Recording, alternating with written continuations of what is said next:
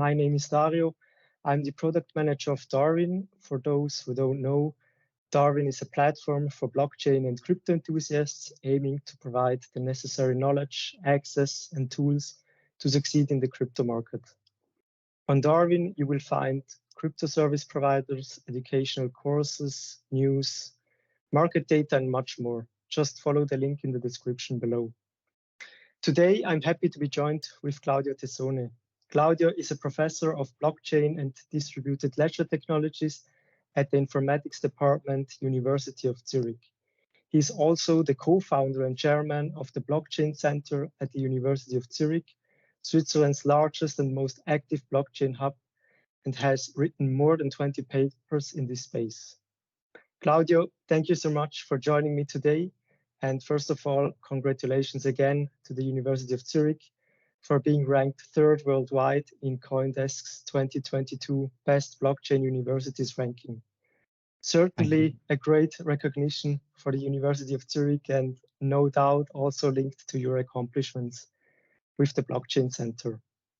Thank you very much, Dario, for the introduction, and thanks for these words. I really appreciate it. Let's start at the beginning.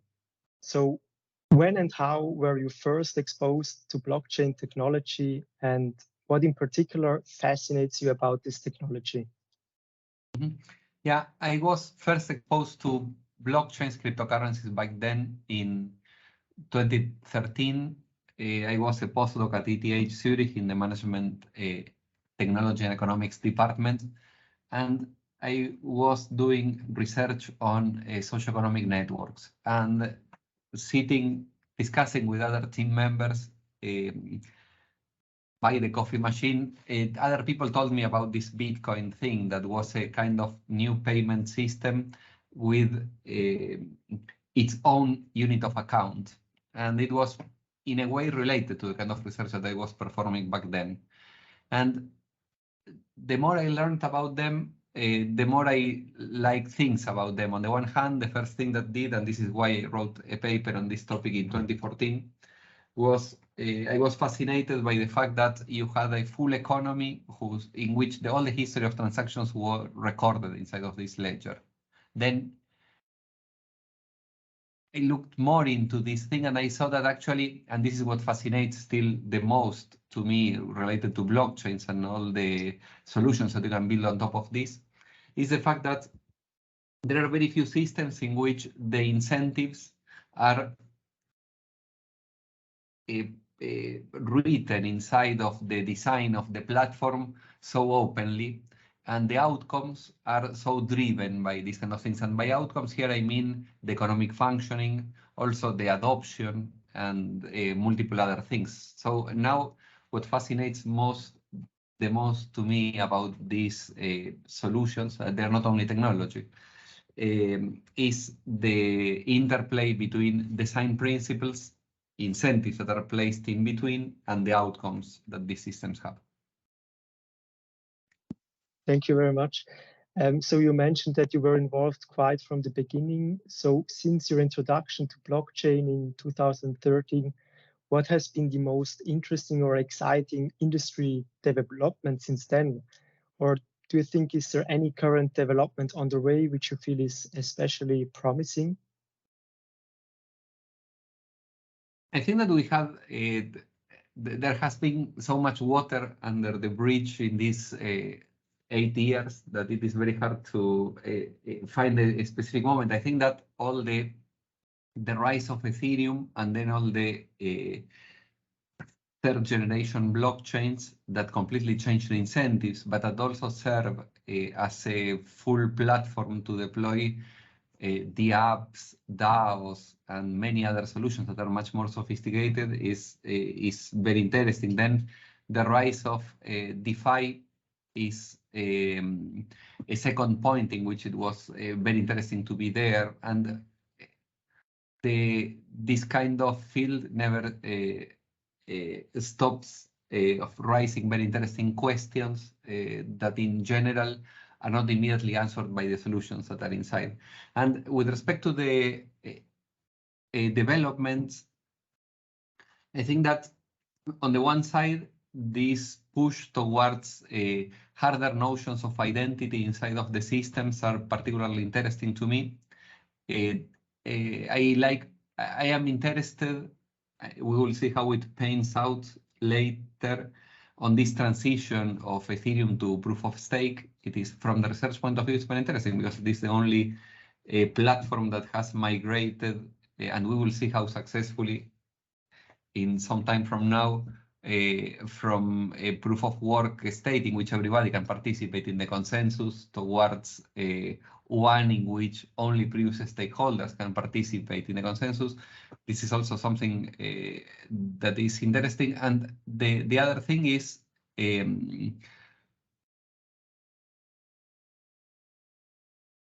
I think that novel usages of NFTs are going to be interesting as well in the future. And I link this with the previous answer that I gave with respect to identification. I think that proof of achievements and these kind of things, even certifications stored in some way in the blockchains, are going to be an interesting aspect that we will see in the near future. Great, thank you so much.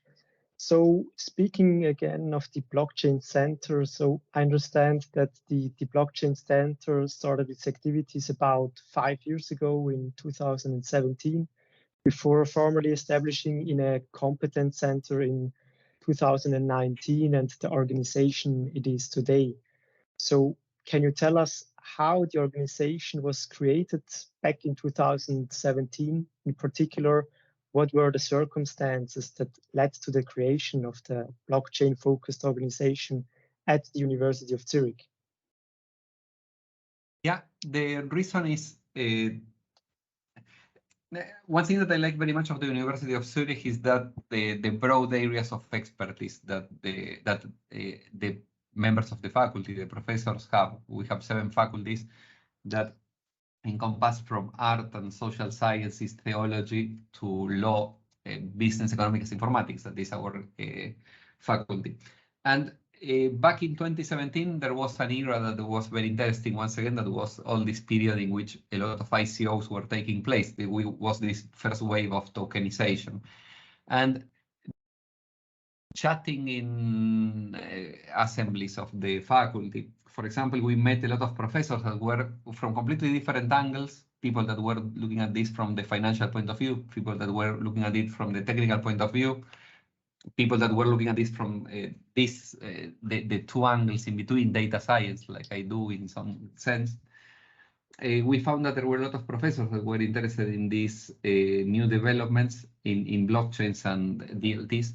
And later, we also found that actually there were many professors in the law faculty as well who were interested. And so in 2017, we started as an informal club. This is the word that we used back then, of professors that would just meet here and there and to see what was interesting to us. We started to have some events, and we saw that actually there was a lot of traction and that many of us were very interested on pushing forward the development of something that is more formal. And this is how in 2019 we applied to the faculty first and to the university board later to be recognized as a competence center. And this kept attracting even more and more professors to join the blockchain center, which I'm really happy with, and I really value their time. And on the other side, we were also looking into, we also continued to widen the scope of our educational offerings, not only to our students, but also to students abroad that are abroad that can also benefit from the education that, of the University of Zurich. We also extended our programs to people from industry as well. We have a CAS in blockchain, and then that we continuously have. We'll have another edition in spring 2023. And we continue to interact with them more and more with industry and so on. And that's also something that being in Switzerland is particularly beneficial for. And what were the goals at the time, and how has the organization and its goals also then changed or developed over time? So on one hand, you mentioned the educational topic? I think that we have three main goals as an organization. The one of them, obviously, because we are a university, is to provide a complete educational offering, be it for our students, be it for, as I said as well, for students all around the world, for industry leaders, undergraduate students, postgraduate students. The second goal that we have is to coordinate research at the University of Zurich in this space. But I repeat a concept that I said before and that for me is fundamental in order to properly understand blockchains, which is, in order to understand them, you cannot approach the problem from a single disciplinary point of view. Blockchains are not just a technology, are not something that is solved in a computer science department. Partially, yes, but not only. There are insights that you can gain from people from law and regulation. Professors there in the law faculty are particularly important in this setup. You also have, as I said before, as well, incentives, but also business models, financial aspects of valuation of crypto assets. And in order to do that, you need a completely interdisciplinary approach. So the role that we have as coordinating research is coordinating research from a completely interdisciplinary point of view. And the third role that we have as Blockchain Center, the third goal is to act as single point of contact of the University of Zurich with third parties, be this industry, be these other peer institutions, academic institutions. We have several memorandums of understanding that we are signing with key players worldwide, and also government and society as a whole. Okay, for us, outreach activities are important as well. Okay, so you mentioned one of the core functions, of course, is research. And obviously, the crypto market is a very fast-moving environment. What are some of your recent research topics, and how have those topics also developed in the blockchain industry? Okay, so I am very interested on three aspects of blockchains that are heavily intertwined. On the one hand, and mirroring my original interest in blockchains, I am very interested in an area that now you can call blockchain analytics, which is looking at the data that you see inside of these public ledgers, because in the blockchains you have all the transactions in which assets exchange hands, and trying to understand the economic processes that happen due to this exchange of value. I am very interested in processes like centralization or concentration of power in blockchain-based platforms, but also in token economies. I am interested in forensic analysis of blockchains, because at the end of the day, you can always follow the money and understand who were the previous owners, and for that you need to develop methods to detect which are the families of addresses that are controlled by the same user, because this is very important, and this is something in which we are very active. This is with respect to blockchain analytics. The second pillar, and as I say, this is intertwined with the first one, and that's why I briefly mentioned it in my first answer, is crypto economics, because I am interested to see the link between design principles and outcomes in the economic functioning of token economies and crypto economies. And for that, I also stand that the data pillar is specifically important. The third area in which we are developing a lot of research is in consensus. And in consensus, I can mention two sub-areas as well. On the first side, I'm very interested in scalability properties of blockchain-based systems. And this is because of this, we have been developing models to understand proof of work consensus. Now we are extending these models to different variants of proof of stake. One of them is Ethereum, as I mentioned before, and the possible attacks that you have with maximum extractable value, these kind of things. We are also developing models for Stellar consensus, IOTA consensus, and this is something very interesting because you see some commonalities and very strong differences. And always here the question is, how scalable is the system when the number of nodes connected to the network is, how you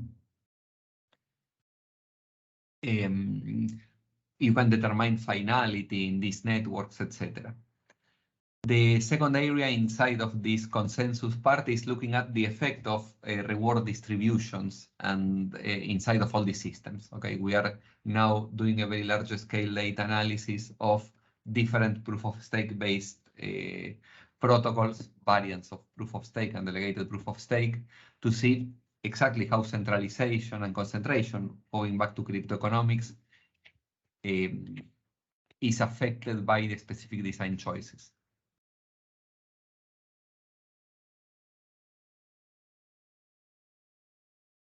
Great, thank you so much for these insights. You also mentioned that the third pillar of the blockchain center is the single point of contact, also in regards to other parties. So how can, or does the blockchain center also work with other external partners? So for example, research cooperations with other universities, or even is there an interest from the private sector? Yeah, actually both. We have, I am really happy to welcome the students from different universities every year to visit us and to perform research with us. We had people from the European Blockchain Center in Denmark in the first half of the year. We will have people from the University of Cape Town in the next year as well, University of Tokyo, Beijing Normal University as well is going to be as well next year. We'll have another visitor, so we have a lot of visitors.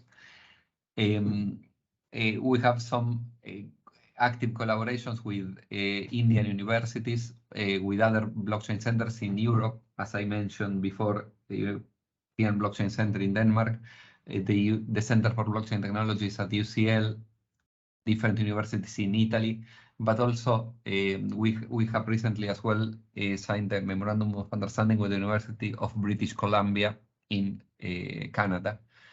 And we have hosted different conferences, so we have been very active on academic collaborations.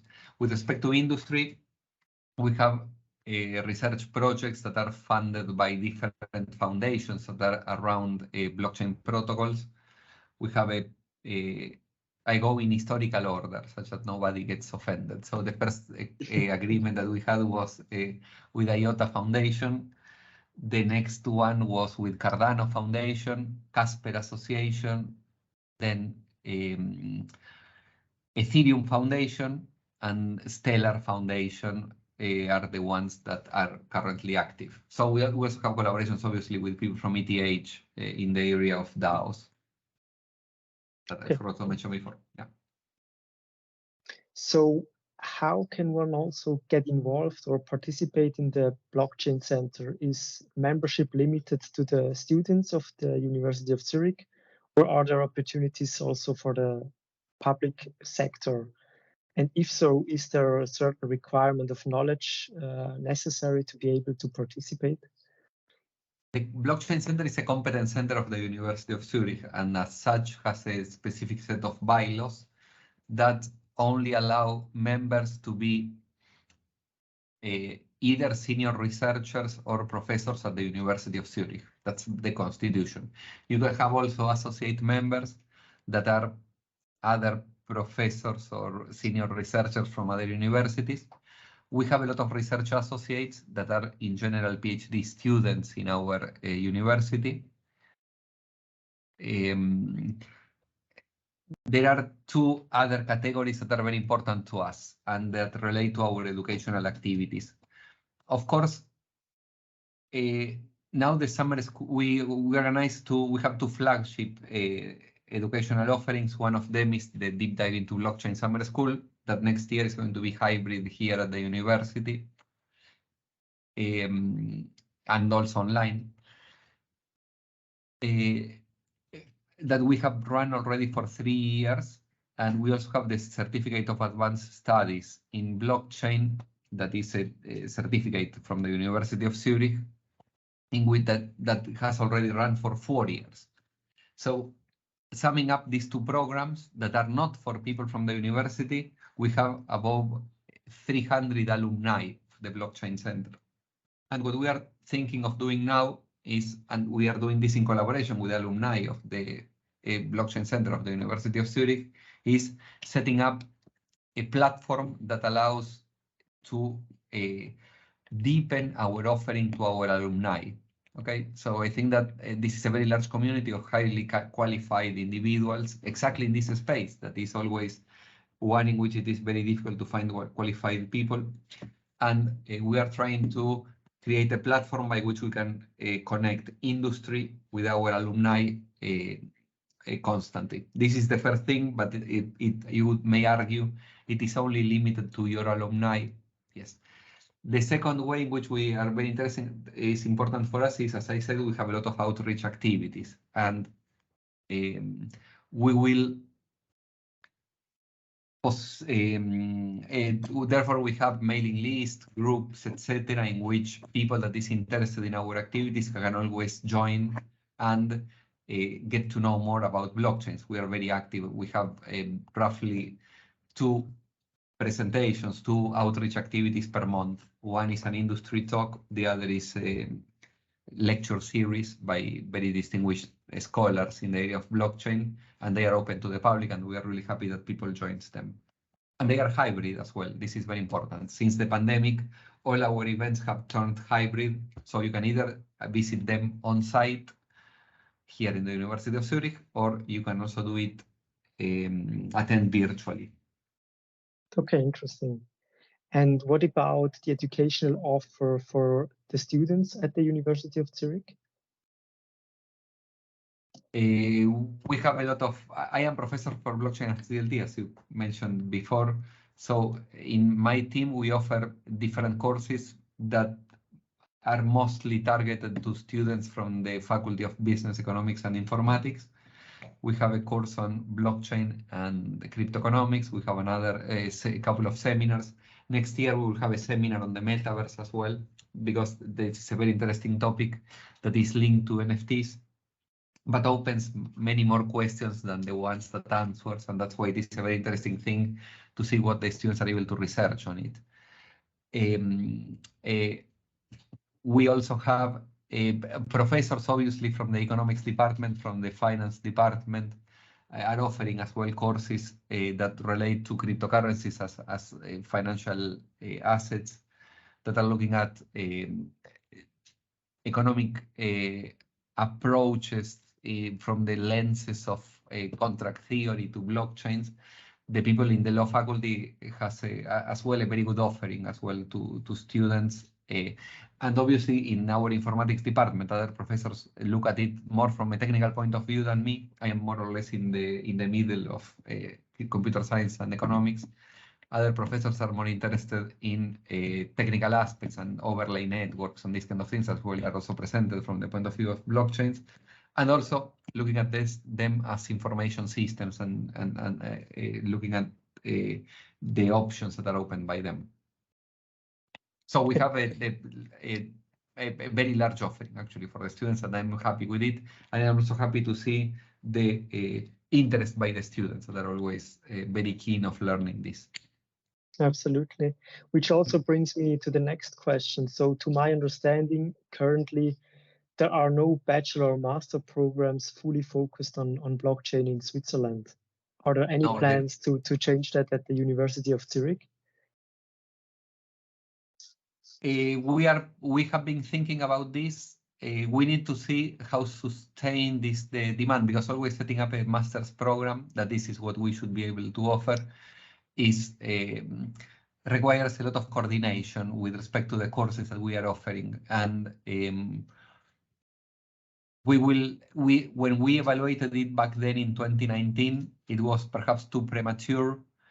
If we are able to grow the professors that can offer courses in this space, we will be happy to make it also an additional offering by the University of Zurich. Because I think that here in Switzerland, we are in a privileged position with respect to this, because we can also involve interesting actors from the ecosystem as well in such an offering, and this would be a very interesting additional service of the Blockchain Center, yes. Okay. Maybe one final question for you. Why do you think in general this is an important topic for people to become familiar and informed about? Because the blockchains are not only a technology, so you cannot just tell the people use this because it will change your life and you do not need to think about it. That's exactly that kind of approach is what caused a lot of troubles historically in blockchain-based systems. And there are many of them that are not necessarily well designed, that they are not robust enough, and people jumping just into them without understanding what they are doing is a very dangerous thing in the long run for all the blockchain ecosystem. And I think that from that point of view, education is fundamentally important for blockchains, far more important than teaching people to teaching developers how to develop smart contracts. I think that that's the one thing is necessary, people that know how to develop smart contracts. The other is exactly what is going to trigger sustained adoption of the platforms. And this is something that all the actors in the space should be aiming at. Okay. So thank you so much, Claudio, for the interesting insights and spending the time with me today. I certainly hope that the Blockchain Center will continue to grow. And for all the viewers who are interested, all courses from the University of Zurich can also be found in our Darwin Academy. We'll find the link in the description below. Fantastic. Thank you very much, Dario. Please connect to us in our social media as well, because there we have also a lot of updates. Dario will also provide a link. But thank you very much for the invitation.